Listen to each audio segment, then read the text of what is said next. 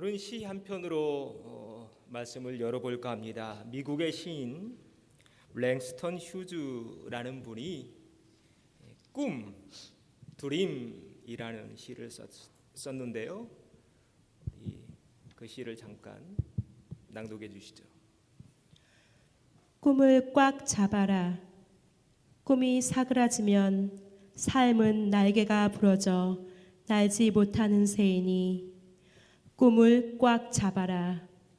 꿈이 사라지면 삶은 눈으로 얼어붙은 황량한 들판이니. 네, 꿈이라는 시입니다. 꿈을 꽉 잡으라는 거죠. 왜냐하면 꿈이 곧 생명이기 때문일 것입니다. 그래서 어느 시인이 노래했죠. 사람은 꿈을 먹고 산다. 그런데 오늘 본문에 꿈을 품고 있는 두 여인이 나옵니다. 아니, 더 정확히 말씀드리면 꿈을 잉태하고 있죠. 오늘 이 대강절 마지막 네 번째 주일에 이 두 여인의 꿈에 대해서 함께 나누려고 합니다. 이 두 여인을 통해서 우리는 어떤 깨달음을 얻을 수 있을까요? 자, 첫 번째 보겠습니다. 같이 읽어보죠. 비천한 가운데 품은 꿈. 오늘 본문 바로 다음에 나오는 노래가 있는데요. 마리아 창가라고 합니다. 마리아 창가에 이런 가사가 나옵니다. 그의 여종의 비천함을 돌보셨습니다. 비천함. 좀 단어가 어려워서 사전을 찾아봤어요. 이런 뜻이었습니다. 지위나 신분이 낮고 천하다. 물론 오늘 본문에서 마리아가 자기 자신을 비천하다라고 말하고 있는 그 이유는요, 그 당시 여인들의 삶이 그랬기 때문이죠. 가장 낮고 천한 대우를 받았잖아요. 그런데 여기서 비천함은 단지 한 여인의 비천함을 얘기하고 있지만은 않습니다. 여기에서 이 성경에서 이 노래에서 말하고 있는 비천함은 개인의 비천함을 넘어서 이스라엘이 지금 처해 있는 비천함이요, 더 넘어가면 온 인류가 처해 있는 비천함입니다. 그러면 그 당시 왜 이 세계는 비천했을까요? 지금 전 세계를 누가 지배하고 있어요? 네, 전 세계를 로마가 지배하고 있기 때문입니다. 그래서 비천한 거예요. 우리나라도 36년 동안 일본한테 나라 뺏긴 적이 있었잖아요. 그때 얼마나 비천했어요. 물론 저는 그때 태어나지 않아서 잘 모르지만 우리 할머니, 할아버지들 얘기 들어보면, 또 역사적인 기록물을 보면 심지어 우리 한글도 다 빼앗겼잖아요. 우리 이름도 창씨 계명이라고 이름만 빼앗겼나요? 여인들도 다 빼앗겼잖아요. 그래서 일제가 지배하고 있던 때는 남자들이 장가갈 여인들이 없는 겁니다. 왜? 누가 다 가져갔어요? 일본이 다 가져가 버렸잖아요. 다 빼앗아갔죠. 그래서 지금 비천하다는 것입니다. 2000년 전의 상황이 바로 그러했습니다. 당시는 로마 제국 시대죠. 여러분, 제국 시대가 언제부터 시작됩니까?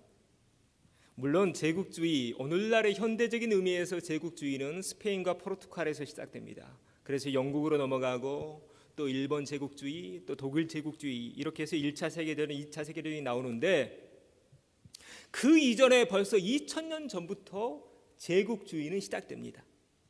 물론 제국주의를 더 옛날로 가면 뭐 헬라 제국도 있었고요, 아수르 제국도 있었고요, 바벨론 제국도 있죠. 여하튼 지금 제국주의 시대였습니다.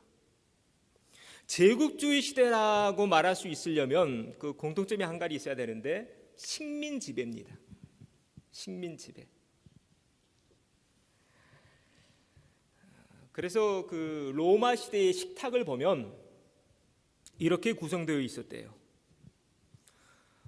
중국에서 가지고 온 자기 그릇에 아프리카 땅에서 나온 싱싱한 채소, 샐러드, 그리고 인도에서 가지고 온 향신료를 뿌려서 먹었대요.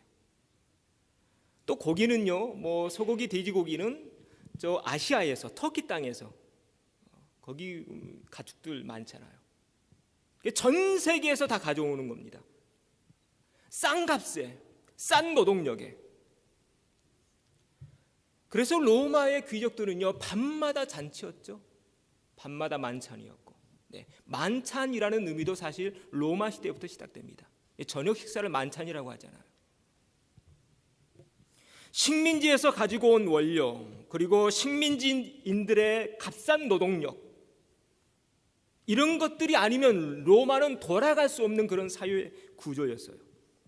그래서 로마는 어떻게 해야 했나요? 계속 전쟁하면서 영토를 넓혀야 했죠. 여러분 어떻습니까? 오늘날 우리가 살고 있는 이 시대와 로마의 그때 그 시대 상황이 비슷하지 않은가요? 오늘날 미국을 비롯한 서방 세계는 어떻게 굴러가나요? 아프리카에서 자원 가져오죠. 남미에서 싼 노동력 가져오죠. 중국에 또 싼 인력, 그런 재료들. 그거 아니면 서방 세계는 돌아가지 않습니다. 그리고 그때 만들어진 이런 사회 시스템은 이 세상이 끝나는 날까지 계속 될 겁니다. 왜냐하면 이제는 사람의 힘으로는 어떻게 할 수 없는 그런 지경까지 와 있어요. 지금 이 사회가요. 마치 브레이크가 망가진 폭주 기관차처럼 도저히 인간의 힘으로는 어떻게 할 수 없는 그런 지경까지 와 있는 거예요. 그러다가 어느 날 갑자기 뻥 터지잖아요. 한 번씩. 우리 이미 경험했잖아요. 2008년, 2009년. 또 언제 또 터질지 모르는 그런 상황. 여러분, 로마가 왜 멸망했냐면 로마가 결국 이렇게 가다가 멸망했습니다. 자, 요지는 뭐냐면 오늘 본문의 마리아가 바로 그런 시대에 살고 있었더라는 것입니다. 착취와 억압과 폭력이 난무한 시대, 인간성이 말살되고 인간이 점점 부품화되어가는 시대. 그런데 이 여인들은 가장 밑바닥이에요. 왜? 남자가 아니고 여인이니까. 로마인도 아니고 식민지인 이스라엘 사람, 더군다나 여인. 지금 그 사회를 바치고 있는 가장 밑바닥, 더 이상 내려갈래야 내려갈 수 없는 그런 상황. 그래서 마리아가 노래하고 있는 것입니다. 그의 여정에 뭘 돌보셨어요? 비천함을.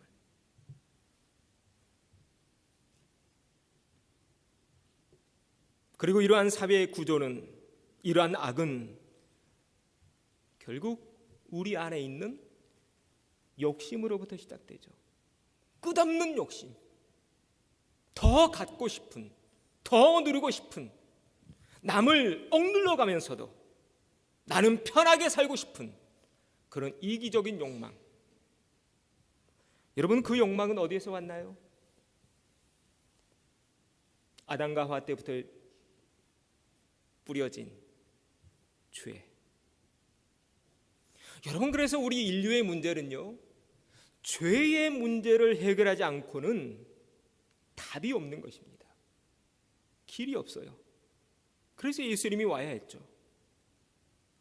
자, 그러나 오늘 본문이 우리에게 말하고 있는 말은 뭐냐면, 그런 시대였음에도 불구하고 하나님은 마리아에게 꿈을 꾸게 하시더라는 것입니다. 할렐루야.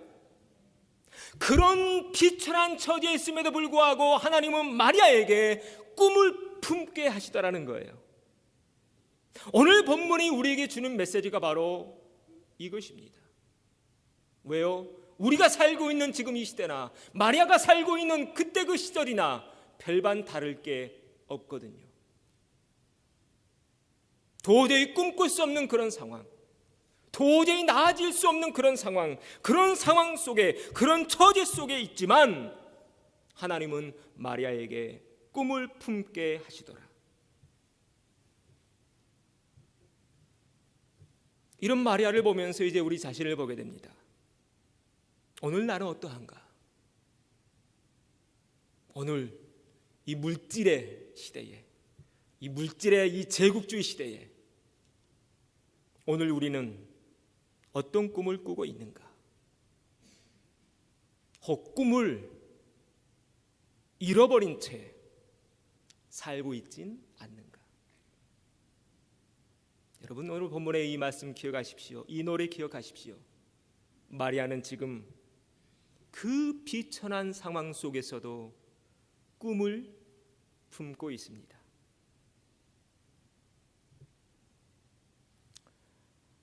시대가 어렵지만 꿈을 품고 사는 우리가 되기를 소망합니다. 우리 옆에 있는 분들과 인사하십시다. 꿈을 품고 삽시다. 꿈을 품고 삽시다.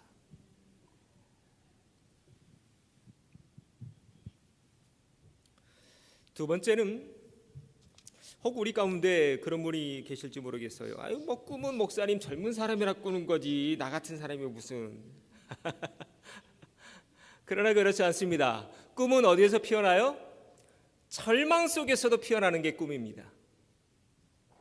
절망 속에서도. 그래서 시 한 편을, 짤막한 시 한 편을 더 준비했습니다. 또 읽어주실까요? 꿈꿀 시간은 아직 많다. 후회가 꿈을 대신하는 순간부터 우리는 늙기 시작한다. 네. 멋진 시입니다. 늙어가기 때문에 꿈이 없는 게 아니라 꿈이 없기 때문에 늙어간다는 얘기죠. 그래서 요엘이라는 선지자, 구약의 선지자인데요, 요엘이 이렇게 또 노래했습니다. 요엘 2장 28절 말씀 보면 이런 말씀이 있습니다. 그 후에 내가 내 영을 만면에게 부어주리니 너희 자녀들이 장래 일을 말할 것이며 너희 늙은이는 꿈을 꿔요. 누가 꿈을 꿔요? 네. 자, 어르신이 꿈꾼다는 겁니다. 그래서 오늘 본문에 재미있는 장면이 있는데요, 오늘 본문의 주인공은 두 명이에요. 앞에서 마리아는 봤고요, 마리아만 나온 게 아닙니다. 왜냐하면 지금 마리아가 꿈을 품고 있는데 마리아는 뭐 젊으니까 그럴 수도 있겠지라고 생각할 수 있기 때문이에요. 그래서 한 사람이 더 나옵니다. 그 사람 이름이 누군가요? 사가라의 아내였던 엘리사벳입니다. 자, 그러면 엘리사벳은 젊은이였을까요? 어르신이었을까요? 어휴, 잘하시네요. 천사가 사가라에게 이제 찾아와서, 엘리사벳 남편입니다. 사가라에게 네 아내가 아이를 낳을 거야. 그러자 사가라가 뭐라고 이렇게 대꾸를 합니다.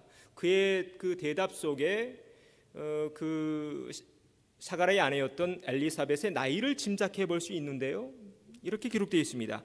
사가라가 천사에게 이르시되 내가 이것을 어떻게 알리오? 내가 늙고 아내도 나이가 많으니이다. 여러분, 여성에게 늙었다 또 나이가 많다라는 것은 적어도 갱년기는 지났겠죠. 네, 적어도. 아브라함의 와이프 사라도 나이 많았잖아요. 네. 근데 천사가 해준 얘기예요. 천사가.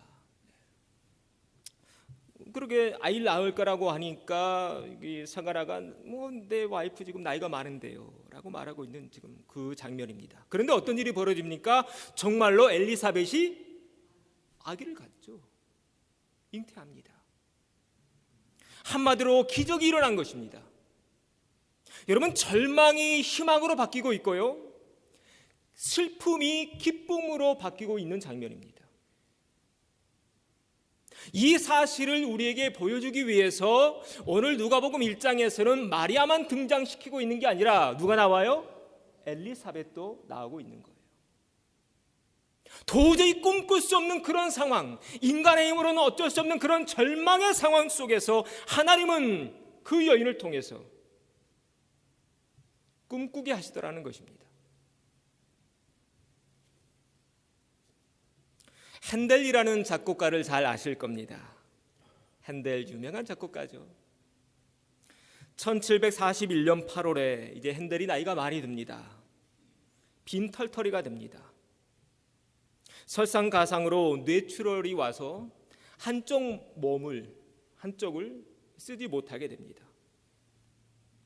40년 동안 유럽에서 가장 유명한 작곡가였지만 그 건강이 무너지자 그는 하루하루 비참한 가운데 절망할 수밖에 없었습니다. 그런데요, 어느 날 한 사람이 찾아옵니다. 찰스 기본이라는 한 사람이 찾아와서 자기가 시를 한 편 썼는데 이 시를 기초로 해서 작곡 좀 해주세요라고 부탁을 하게 됩니다.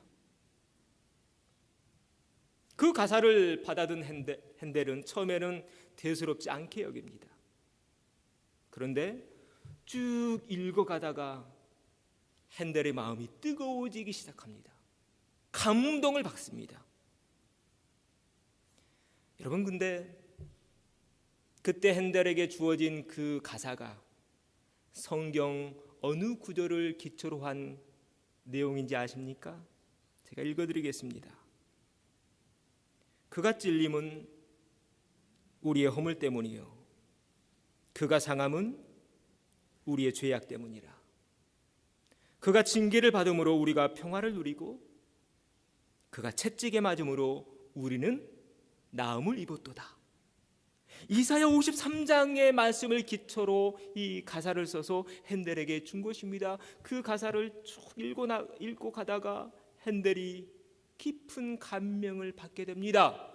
그리고 쓴 곡이 바로 이 곡입니다. 잠깐 들려주시죠.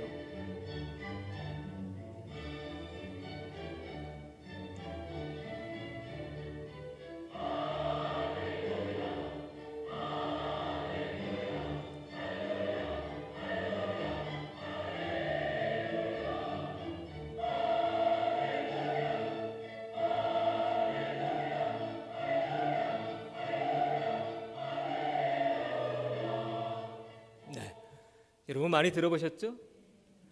항상 성탄절쯤에 우리가 자주 듣는 핸델의 메시아라는 곡이 바로 이런 절망 속에서 쓰여졌다는 것입니다. 여러분, 그 사실을 아십니까? 만약 공기에 저항이 없다면 독수리는 날지 못할 거라고 합니다. 저항이 없으면. 만약 물에 저항이 없다면 배는 뜰 수 없다고 합니다. 우리가 걷는 것도 마찬가지죠. 만약 중력이 없으면 우리가 걸을 수 있을까요? 못 걷습니다. 중력이 없으면. 우리 인생도 마찬가지입니다. 어떨 때는 생계라는 생활이라는 그런 중력이 우리를 짓누를 때도 있습니다. 어떨 때는 인간관계라는 저항이 우리를 가로막을 때도 있습니다. 어떨 때는 인생의 무상함과 육체의 연약함이 우리를 어둠과 절망 속으로 끌고 갈 때도 있습니다. 그러나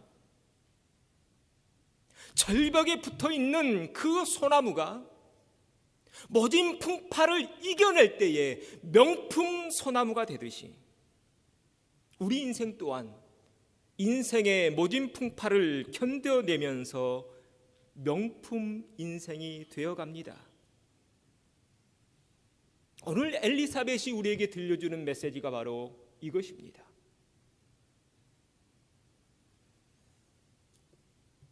혹 지금 뭔가가 여러분을 절망으로 밀어넣고 있습니까? 혹 여러분의 인생이 지금 먹구름에 가려 있습니까? 여러분 기억하십시오. 지금 먹구름이 하늘을 가리고 있다고 해서 태양이 떠 있지 않은 것은 아닙니다. 밤이 깊다고 해서 날이 밝지 않는 것도 아닙니다. 먹구름은 언젠간 지나가고요, 언젠간 동은 터옵니다. 오늘 엘리사벳처럼 절망 속에서도 꿈을 잃지 않고 살아가는 우리 모두가 되기를 소망합니다. 우리 다시 한번 인사하십시다. 꿈을 잃지 맙시다. 세 번째입니다. 같이 읽어보죠. 꺼지지 않는 꿈.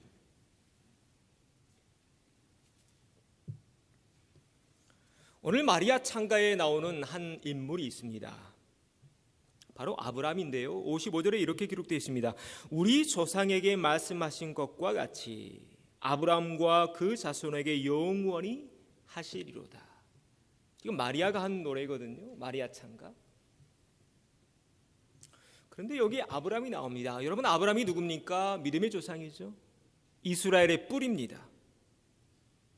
아브라함은 언제 사람이냐면 지금이 이제 2015년인데 마리아는 2015년 전 사람이고 이 아브라함은 그보다 더 2100년 전 사람입니다. 그러면 우리부터 뒤로 가면 적어도 4100년 사람이 지금 아브라함입니다. 마리아하고 아브라함은 2000년의 시간차가 있는 거예요. 우리하고는 4000년이고. 자, 그런데 지금 마리아가 아브라함을 지금 끄집어내고 있습니다. 그래서 그 시에 지금 쓰고 있죠. 왜 그랬을까요? 여러분, 이 노래를 이해하려면 우리가 창세기 12장으로 잠깐 돌아가 봐야 됩니다. 창세기 12장에 하나님이 아브라함을 부르실 때 이렇게 말씀하셨죠. 내가 너로 큰 민족을 이루고 내게 복을 주어 내 이름을 창대하게 하리니 너는 복이 될지라. 기원전 2100년에 하나님이 아브라함에게 주신 말씀입니다. 그러면서 아브라함을 데리고 가시죠. 야, 저 하늘의 별 봐라. 너 자손이 이렇게 별과 같이 많게 해줄 거야. 바다의 모래를 보여주면서 이 바다를 봐라. 너희 자손들이 이와 같이 될 거야. 그렇게 말씀하셨죠.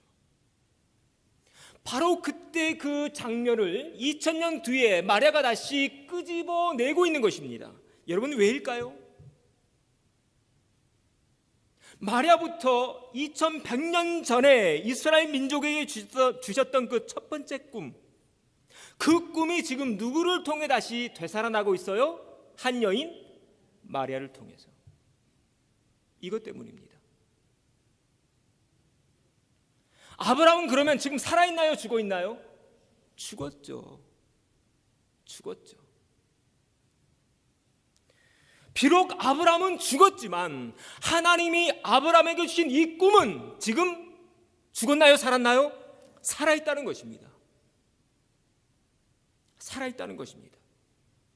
아브라함은 죽었지만 그의 꿈은 죽지 않았다는 것입니다. 아니, 죽을 수 없다는 것입니다. 그래서 마리아가 그때 그 옛날 2100년 전의 사건을 다시 끄집어 오고 있는 거예요. 그 꿈 아니 죽지 않았어. 아니, 죽을 수 없어. 아니, 꺼질 수 없어.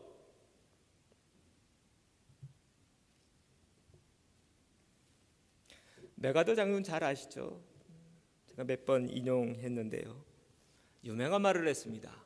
노병은 죽지 않는다. 다만 사라질 뿐이다. 여러분, 이 말의 의미가 뭘까요? 저 한참 생각했어요. 이 말의 의미가 뭔지. 비록 노병은 나이가 들어서 퇴역하지만 그 노병 속에 품었던 그 꿈, 민주주의 수호의 정신, 국가 수호의 정신, 세계 평화의 정신만큼은 죽지 않고 계속 후배들을 통해서 살아있게 된다는 거죠. 여러분, 그래서 이 말이 명언인 것입니다. 여러분, 이 말을 남길 때 메가더가 얼마나 가슴 아픈 일이 있었는지 아시죠? 대통령이 그냥 별 다 떼버리잖아요. 말 안 듣는다고. 그러나 메가더는 마지막 퇴역하는 그 순간에 자신의 신세 한탄을 하면서 끝나지 않았습니다. 대통령을 원망하지 않았습니다. 그런 그의 후배들에게 진정한 군인 정신을 심어줍니다. 진정한 애국심이 뭔지, 진정한 시대정신이 뭔지, 진정한 역사의식이 뭔지 후배들에게 심어주고 갔죠.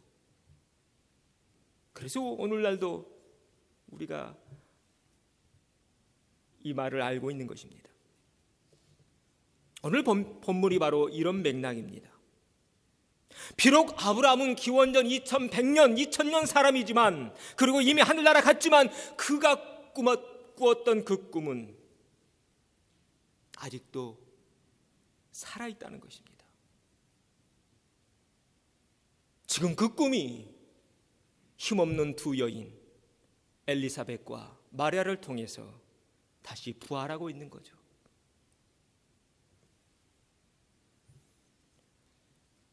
저는 아브라함의 이야기를 볼 때마다 항상 이런 생각을 합니다. 또 두고 온 조국이 떠오릅니다. 왜냐하면 제 피 속에는 대한민국이 흐르고 있기 때문입니다. 그래서 저는 우리 영아부 아이들이나 또 주일학교, 한글학교, 또 유스나 청년부 아이들을 보면 가슴이 벅찹니다. 또 무한한 책임감을 느낍니다. 그러면서 이런 생각을 합니다. 저 아이들에게 우리 조국에 어를 심어줘야 할 텐데. 여러분 그렇지 않습니까? 부모된 우리가 해야 될 사명 가운데 하나가 그거 아닐까요? 우리가 비록 이 땅에 살고 있지만 이 땅에 살고 있다고 해서 우리 조국까지 그렇게 쉽게 버릴 수 있는 걸까요? 우리는 역사를 알고 있습니다. 우리 이민자들의 역사요. 일제에 짓밟히고 있을 때 독립투사들에게 군자금을 댔던 사람들이 바로 우리 동포들이었습니다. 3.1 독립운동 만세 외칠 때 이 땅 미국에서도 같이 만세를 외쳤던 사람들이 우리 동포들입니다. 그 사실을 벌써 잊었단 말입니까? 그래서 저는 이렇게 기도합니다. 새벽마다 하나님, 아브라함은 비록 자신이 꾼 꿈의 그 열매를 보지 못하고 하늘나라에 갔지만 그가 기원전 2000년 전에 꾸었던 그 꿈이 그의 후손들에게 핏줄에 남아서 저들을 깨웠던 것처럼 혹 먼저 믿은 우리 이 땅의 1세들이 그 꿈을 다 이루지 못하더라도 우리 후손들이 우리가 품었던 그 꿈을 이뤄가게 해주세요.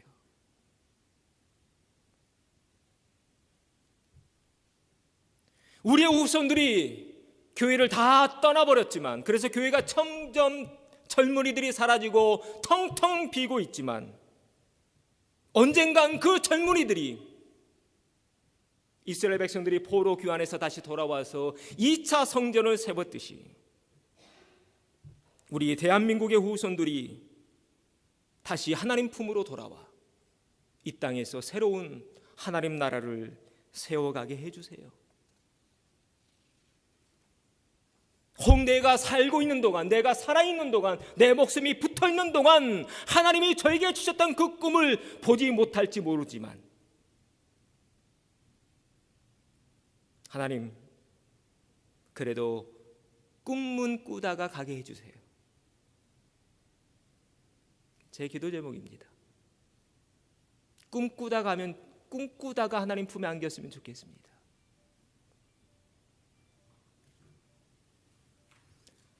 지금 그 꿈이 힘없는 두 여인을 통해서 서서히 되살아나고 있다는 것입니다. 그림 하나를 보고 말씀을 마치려고 합니다. 여러분 카네기 잘 아시죠? 철강왕이라고 불렸던 카네기. 그 카네기의 서재에 이런 그림이 걸려 있다고 합니다. 이 배가 좀 기울어 있죠. 피곤한가 봅니다. 갸우뚱하게.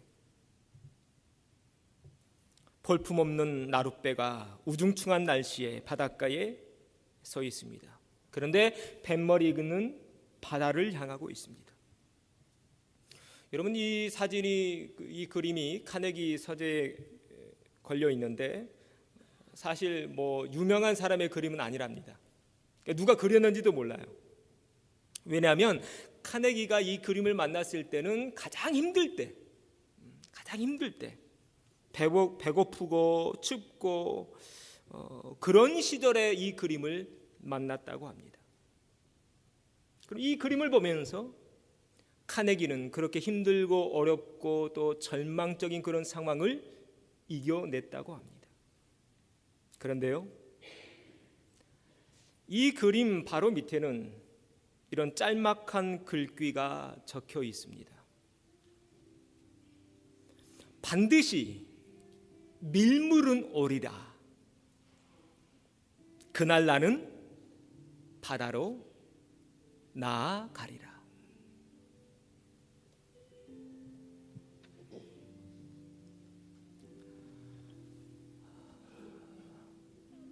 예수님 오심을 기다리는 마지막 대강절 네 번째 주일입니다.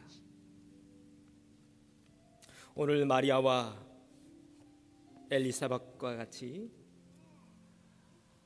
우리 상황이 쉽지는 않지만 그러나 끝까지 꿈을 품고 또 꿈을 먹고 또 꿈꾸면서 하루하루를 이겨나가는 우리 모두가 되어지기를 주의 이름으로 축원합니다.